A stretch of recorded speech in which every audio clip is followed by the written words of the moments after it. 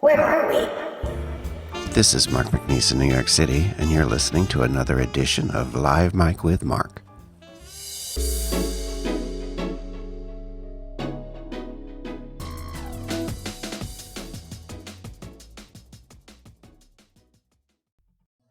Welcome to the podcast, everybody. This is Mark, and I also want to welcome you to the inaugural edition of Live Mic with Mark. That's the podcast now. It's been aged to perfection for the last 2 years. It was great, lots of good guests, and that's not changing. The guests are going to remain fabulous and interesting and engaging. I'm just changing the name for a number of reasons, including my own desire to stay engaged and explore some new things and go in some new directions. But that's it. It's Live Mic with Mark, and you're listening to it. And my guest tonight is author Phillip Crawford Jr. And Phillip is, first I'll read a little bio here. Phillip's on the line. Hello, Phillip. Hi, Mark. Thanks for having me. I enjoy your site, LGBT Senior. Yes, thank you. Now, you're a retired attorney from the New York Bar, and of course I'm in New York. You're in Florida now. You attended Bates College in Lewiston, Maine, from which you graduated with a BA in 1985. You were president of the Gay Straight Alliance in 1983. I want to make note of that because, some of us at this age and older were active a long time ago. You spearheaded a campaign to oust military recruiters from the campus for their discriminatory policies against the LGBT community. Applaud you there. You attended George Washington University Law School, where you were notes editor for the Law Review, and you clerked for Judge Judith W. Rogers on the D.C. Court of Appeals and Judge George Revercomb on the U.S. District Court for the District of Columbia. Now, there's more to your bio, but I'm going to let it go at there. Although I want to add, it says Professor Lester Brickman characterized you in Lawyers Barron's as a whistleblower. Now, you've been blogging since 2009 about the Mafia and organized crime, and that's not why you're on the show. You're on the show because I thought your book was fascinating, and Thanks, Mark. There's so much history there, and then I'll let you talk, that I think people are completely unaware of, like the fact that the Stonewall raid, they were harassing gays as a policy, but that was really more about harassing the mob that ran the Stonewall. And I think, like, very few people know, and I didn't until I read your book, the extent to which the Mafia ran and operated and profited from the gay bars, specifically in New York. So let's talk about that. Yeah, that's right. David Carter, he wrote this fabulous book about the Stonewall and the Stonewall riots that happened with the police raid. And he really was the first one who broke the story that, the NYPD was much more interested in going after the mob owners of the Stonewall than they were in harassing the gay folk. And he interviewed Detective Seymour Pine, who launched the raid, and he took a look at the contemporaneous police files surrounding the Stonewall incident, and he concluded that, the police legitimately were after, the Stonewall's mob owners, and even the people who were in the streets after the raid, they certainly had a lot of well-justified invective against the cops, based upon, their general homophobia that they experienced over the years. But the protesters were equally, protesting against the mob owners. And, that's very clear when you take a look at, some of the literature that was authored by the gay activist groups that arose from those riots. And it was very clear in their mind that their principal target was after the Mafia. Yeah, there's so much detail in the book, newspaper clippings and quotes, and you're right. I didn't know that the Gay Activist Alliance and those folks were very well aware that the mob was running the bars, and they didn't like that. They wanted to stop that. Yeah, there was one great instance, and her name's Kate Tobin. She wrote a book about some of the early gay activists, and one of the people that she took a look at was Marty Robinson, who was really quite a firebrand. And he got into the face of Nelson Rockefeller, the governor at the time. This was sometime in the early 1970s. And he asked the governor, "What are you going to do to get the mafia out of the gay bars?" And Governor Nelson just kind of looked at him and says, "Oh, I don't know anything about that." And the full irony of that was because Governor Nelson's principal advisor was New York Attorney General Louis Lefkowitz. And Lefkowitz, before he became Attorney General, actually represented a lot of mob interests before the Liquor Authority. And so if anyone knew about the extent in which gay bars were mobbed up, it was Nelson Rockefeller and Attorney General Lefkowitz. And, God bless Marty Robinson. He got right into the governor's face, and he called him on it. And, sadly to say, I'm not so sure that, the mob has completely gotten out of gay bars even as we speak today. I mean, obviously the problem isn't nearly to the same extent it once was, when the mob had a near monopoly over these establishments. But, there's some evidence to suggest that even today, they've got their hidden hand in a few of the watering holes. Now, could you tell listeners how the mob got into the gay bars in the first place? Because they're Sure. One thing I noticed, and I've looked into over thousands of pages of FBI documents that I obtained from a Freedom of Information Act request. I've gone to, dozens of newspapers and their archive sections, and I've really, extensively researched this issue.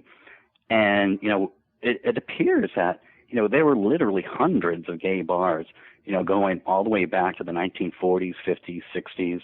And, the Mafia just ran, for the most part, every single one of them. I'm sure there were a few exceptions, but the reason why they were able to do this was because at the time the gay bars were essentially, considered vice rackets, and they, suffered a lot of, a lot of harassment from the cops. But if you had the mob involved, which essentially acted as the fourth branch of government, they were essentially able to provide a little interference with the cops, in exchange for a few bucks usually, and that provided protection. So when do you think it started to, how did they start to get them out of the bar business?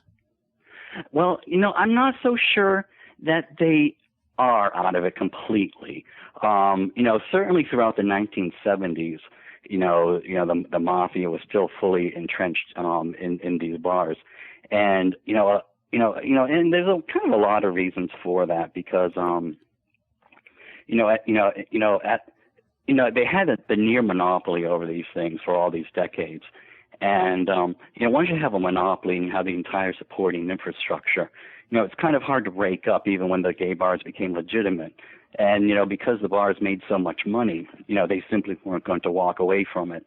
And, certainly, back in the 1960s and the 1970s, it was hard to get a loan from a local bank, to open up a bar, let alone a gay bar, so the mob had the financing available to do this. And so I think, that was one of the principal reasons why they were able to maintain, such a strong hold over these establishments. Well, I was wondering too, because when we were talking before the podcast, you mentioned Fort Lauderdale and the Mafia presence, and because I think a lot of people like myself sort of assume that the Mafia isn't around anymore, that it doesn't exist anymore, that it was crushed, but I don't think that's the case. No, it's certainly not as strong as it once was. I mean, that's definitely true. For example, some crime families have been almost decimated, throughout the country. And even in New York, some crime families have taken, a bit of a hit. For example, the Bonanno crime family, is pretty much of a shell of its former self. But, there's another crime family. It's considered the 800-pound gorilla of organized crime. Some people also refer to it as the Ivy League of organized crime just because they're so sophisticated. And it's called the Genovese crime family. And, the feds have really not made much of a dent in that organization. And it's actually the Genovese that have been the most dominant player in the gay bar industry. Now, I forgot what I was going to say. How did you get into this? Because you have done extensive research, and what got you into being interested in this? Sure. This is probably the only question where I'm going to have to be a little bit vague about, and just to kind of be a little bit a little explanation on it. I had heard at one point some allegations that a certain bar had some mob ties to it, and at the time I just kind of I was like most people. I thought, oh, whatever, and I didn't give it much thought. But there did come a time, that I decided to do a little investigation into it. And as a former lawyer, as a litigator, who knew how to look into corporate records, understood, how to get behind, real estate, nominee companies and everything.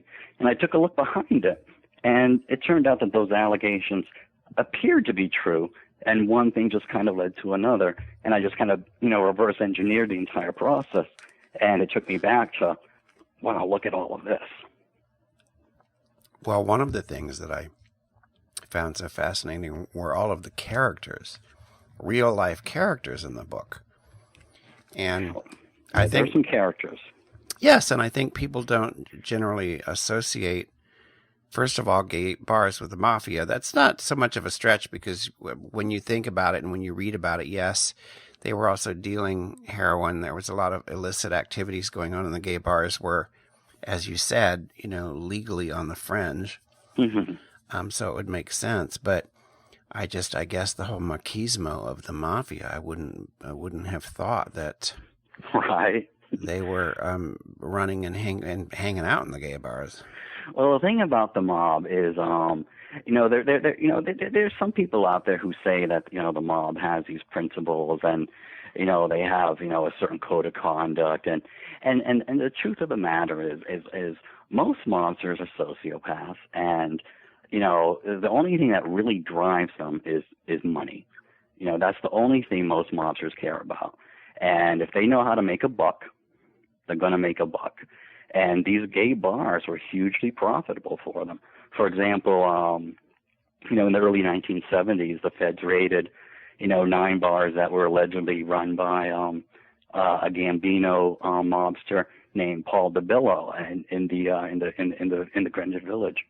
And from those 9 bars alone, in one single year, he was making $2 million. Mm-hmm. That's a lot of money. Yeah, and they killed people too. Oh, they sure did. In fact, there was one guy. He was a gay guy. For example, even when the gay people became more involved, with the gay bars, oftentimes they were only fronts for the mob. And one guy, the day before he was scheduled to testify, before a committee on drug trafficking to, Colombian cartels, he was whacked. Yeah. Yeah, it's a rough business. Yes, it definitely is. And then I also wanted to just mention anti-gays. The anti-gays, yeah, I guess you say anti-gays. Yeah, those are kind of the people who were fronting for the mob. Those are the people, and this was a term coined by the Gay Activist Alliance, who were kind of disappointed that the gay community did not turn their back on the mob to the extent they wanted. And, so they call these people Uncle Toms or anti-gays, because they were basically, doing the mob's bidding. They provided, a veneer, that kind of put them above suspicion and or beyond suspicion, and they ended up, some would say, betraying, the original goals of the Stonewall movement. Yes. And I think the book's also a good lesson in that movement, in the history of it, because it's easy, I think, especially for younger people, to think, oh, there was a Stonewall and they rioted and then they've been having a parade for 40 years, 50 years. And there was a lot more to it. There was the Mattachine Society, the Daughters of Bilitis, there were a lot of organizations around at the time, the Gay Activist Alliance. I don't know why what the infighting was. I mean, I know that some of them sort of imploded. Yeah, probably talking to one of those people would provide a better perspective on all what happened. Mm-hmm. But I think the people who founded these early groups, they were such, and I love them. I mean, Kay Tobin's book I just think is amazing. I think it was called The Crusaders, and they're just an amazing group of guys and women, but they were just so idealistic. I just don't think they knew what to do when they hit the real politique of organized crime, in terms of getting these guys out of the bars. And, mm-hmm. Truth be told, we were also, going into, the hedonistic 1970s. We had the sexual revolution, we had the feminist movement. And, I think a lot of gay men just decided, do I want to go out and party? And which was a perfectly, reasonable thing for a lot of young men to do at the time, coming out of the kind of oppressive era of the 1950s and up to the mid-1960s. And, people were thinking, do I want to go to, a dance at the Gay Activist Alliance headquarters, or do I want to go to a mobbed up, sex club with drugs and anything goes? And so I think the mob just threw a better party, and the gay community kind of said, hey, we're going to go with these guys, and the heck with who owns it. Yes, I'm sure you're right about that. And I'm old enough to, I came out in high school, but I moved to LA in 1981, and I remember just the experience of it and the history and the baths, and by the way, the baths all seem to be on really hard times in a lot of places because we have apps now. Well, they have apps. I don't use them. Grindr, right? People have apps now. Yeah, I've even seen an app, but I understand that they exist. I'm like you. I'm a little bit technologically illiterate that way, or behind the times, whatever. Well, so the thing about the bathhouses, though, is like, the most iconic of all baths out there, the Continental Bath. And a real character owned it, Steve Ostro. He's now in Australia, and he opened up his bathhouse. It was over at the Estonia Hotel over on the Upper West Side. Where Bette Midler and Barry Manilow got their start. And, a fabulous, iconic place, but Steve Ostro says he was in his office one night, and he opened it up in 1969, same year as Stonewall. Maybe he opened it up in 68. Maybe it was just a little bit before Stonewall.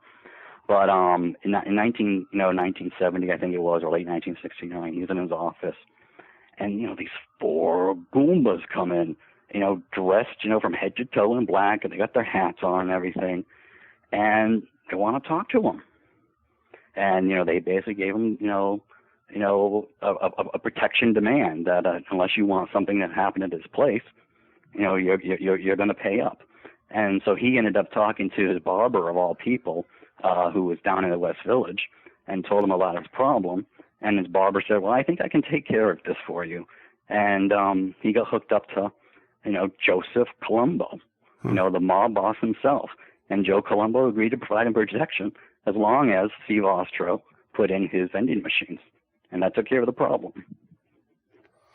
Now, tell people... And then Steve Ostro, though, and Joe Colombo became such good friends.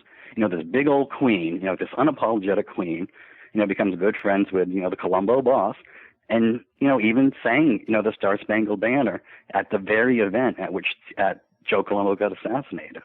Wow. Yeah, so the gay community was a little bit closer to the mob than I think a lot of people realize. Yes, and a lot of that is detailed very richly in your book. And by the way, the book is The Mafia and the Gays. It's on Amazon. And where else? Just let people know. Just Amazon. Just Amazon. Okay. Yeah. I to my knowledge, at least. And do you have a website? I do. It's Bitter Queen. God, I don't even know the URL for it. It's a complicated URL. but Bitter Queen, if you type that in, we'll probably get you there. But the website is basically Friends of Ours. If you just type in Friends of Ours, you'll get there. and it deals primarily with with contemporary issues in organized crime, which kind of lets people know, that the fight against these guys isn't quite over. And I just want to add too, I have a definite anti-mob perspective. Yes. And I just prefer to see all these guys get out of there. But there are some people who say, hey, they did us a favor. They provided us a place to go, when no one else would have us. And this relationship has existed for decades. And even though we were kind of, the dysfunctional, codependent, person upon them, they gave us something no one else would. And I think that's one reason too why the gay community is a little bit protective of these guys to some extent, because I think there's some kind of perverse loyalty, and I also think because some gay people to this day are making money from it. For example, I knew one guy, he was a reporter for a major gay wire service, and he did a story on this. I was talking with him, he did a story on it, and they ended up killing the story. And he said, he talked to some gay business people, and he was told, we just don't talk about this. That's interesting. Yeah, and because that's one of the things too. It's like, the mob just didn't provide the physical establishment. They also provided all the design services. And a lot of gay people were involved in that component of it. Yeah, I mean, gay people can be just as shady as anybody else. Absolutely. I mean, that's definitely not. That's it's not a myth, but I mean, certainly gay people can be crooked and not nice and criminal. We're just like straight people. We are. There's a lot of good in our community, just like straight folk, but there's a few bad people. And and some of it's in the gay nightlife industry. And I want to stress, there are legitimate, gay businessmen out there today, in the gay bars and restaurants. This isn't the 1970s anymore, or the 1940s or 50s or 60s. But, based upon, the research I've done, they're still in it to some extent. And you can almost connect them directly back to the same families, back to the 1950s. Yeah, well, there's a history there and a lot of roots, a lot of deep roots. Yeah, and it just kind of flows, from one individual to another, and there's a legal corporate document identifying that chain to it all, and I spell a fair bit of it out in my book, but I just take it up to 1985, and the period for 1985 to the present is probably going to be a second book. Oh, good. Yeah, there'll be a follow-up, and I've given a lot of this information, to the appropriate law enforcement sources, and we'll see if anything gets done about it. Well, listen, Philip, it's been great to have you on the podcast and talk to you.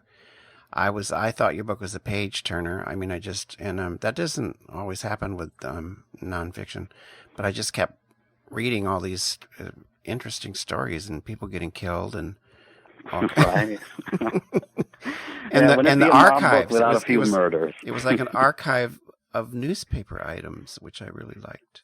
Yeah. It's like, and the thing I liked about that too, it wasn't just the newspaper articles, but you had the FBI confirming a lot of it through their own sources, through their own informants, through their own investigation, and it's pretty undeniable.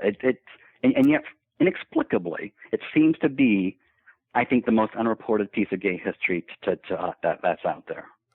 I think you're right. I also, lastly, I thought it was fascinating because I've been in New York for 22 years. So when you're talking about all these bars and the streets they're at, they were all over the place, and there were quite a few in my neighborhood. Oh, imagine being in the West Village in the 50s and 60s. You'd see Vito Genovese and Tony Bender walking down the streets. I mean, what a trip that must have been. Well, again, thank you very much. You're so welcome, Mark. Thank you for being on the podcast. I'll send you the link when this is up, and also thank you for being my first guest on Live Mic with Mark. And best of luck with it. I love you. I love your programming. Thank you so much. All right. Thank you very much, Mark. Yep. Have a good night. You too. Bye. Bye.